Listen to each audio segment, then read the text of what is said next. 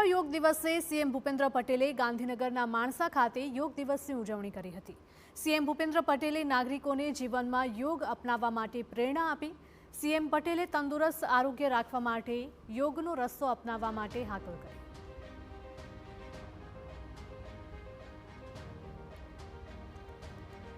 વિશ્વ યોગ દિવસ છે આજે અને સીએમ ભૂપેન્દ્ર પટેલે ગાંધીનગરના માણસા ખાતે યોગ દિવસની ઉજવણી કરી હતી। સીએમ ભૂપેન્દ્ર પટેલે નાગરિકોને જીવનમાં યોગ અપનાવવા માટે પ્રેરણા આપી।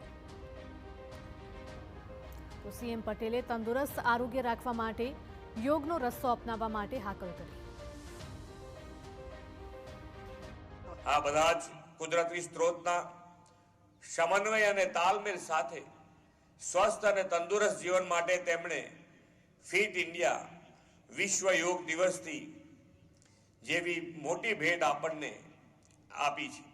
શ્રી મોદી સાહેબના આવા જનહિતકારી અભિયાનોને હવે જન આંદોલન બની ગયા છે અને એમાં પણ વિશ્વ યોગ દિવસ તો સૌએ સ્વીકારેલું પ્રિવેન્ટિવ હેલ્થ કેરનું માધ્યમ બની ગયું છે।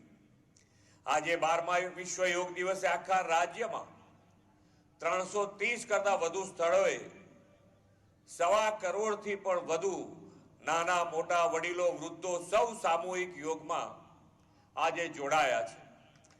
આ વર્ષની યોગ દિવસની થીમ છે યોગ ફોર હેલ્ધી એજિંગ।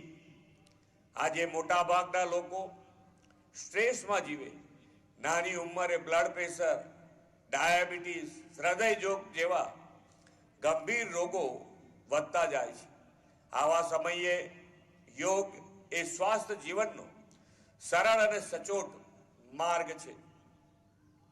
યોગ રોગ મુક્ત તો બનાવે જ છે, સાથે સાથે સામૂહિકતાની ભાવના અને આત્મવિશ્વાસ પણ લાવે છે।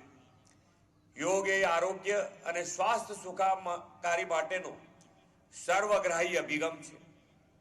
યોગ છતાં પણ કોઈને બીમારી આવે તો યોગથી આયુષ્યમાન સુધીનું આરોગ્ય કવચ વડાપ્રધાનશ્રીએ પ્રધાનમંત્રી જન આરોગ્ય યોજનાને આયુષ્યમાન ભારત કાર્ડથી આપ્યું છે। વડાપ્રધાન શ્રી મોદી સાહેબના દરેક સંકલ્પને પાર પાડવામાં ગુજરાત હંમેશા લીડ લેતું રાજ્ય છે। યોગમાં પણ ગુજરાતે અગ્રેસરતા મેળવી છે। યોગ બોર્ડના માધ્યમથી 1.5 લાખ યોગ ટ્રેનર તૈયાર કરીને દેશમાં સૌથી વધુ યોગ ટ્રેનર્સ તૈયાર કરવાની સિદ્ધિ મેળવી છે।